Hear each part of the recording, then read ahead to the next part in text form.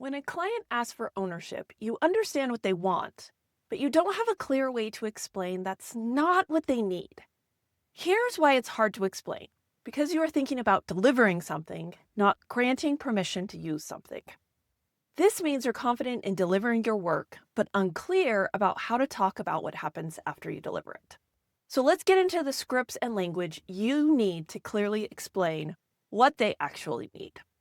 Most creatives were taught to think of themselves as service providers, someone who creates and delivers work. And in that model, your work is a one-time transaction. You make something and then hand it off. But when you think of your work as a one-off transaction, your answers naturally fall into the vague catch-alls like, you can use this wherever you need, or it's included. As I've said before, when you don't use boringly specific language, you end up with multiple interpretations. And that's what leads to confusion, frustration, and resentment. When you stop thinking about your work as a one-off transaction, you immediately start to gain clarity. Because you aren't delivering a final product, you're delivering permission to use it.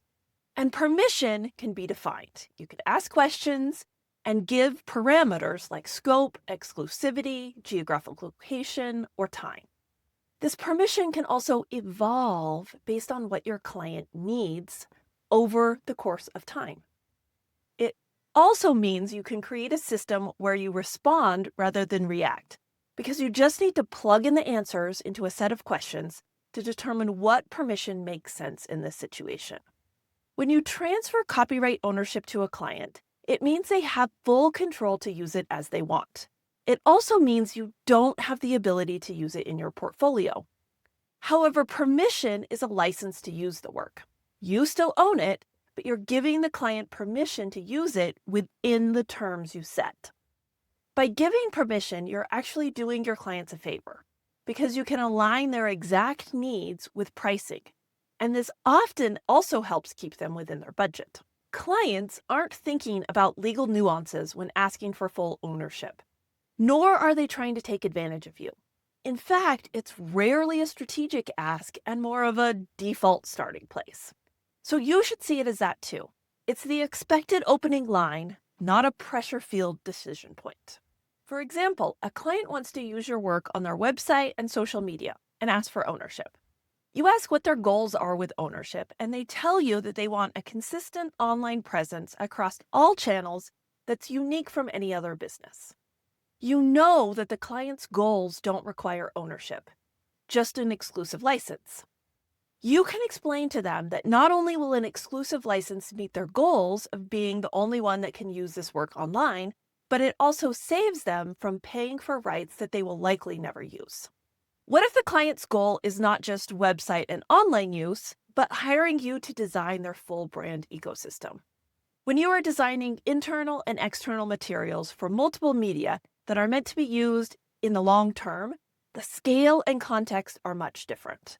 In those situations, giving ownership might be required to meet the client's goals, not because the client asked for it, but because that is best aligned with their real-world usage and goals. This aligns with the core decision you are making on every project. You're able to control how it's used, or are you being paid to give up that control? Both are valid and correct depending upon the situation. What's more important is not that you choose one or the other, but that you are intentionally making that choice.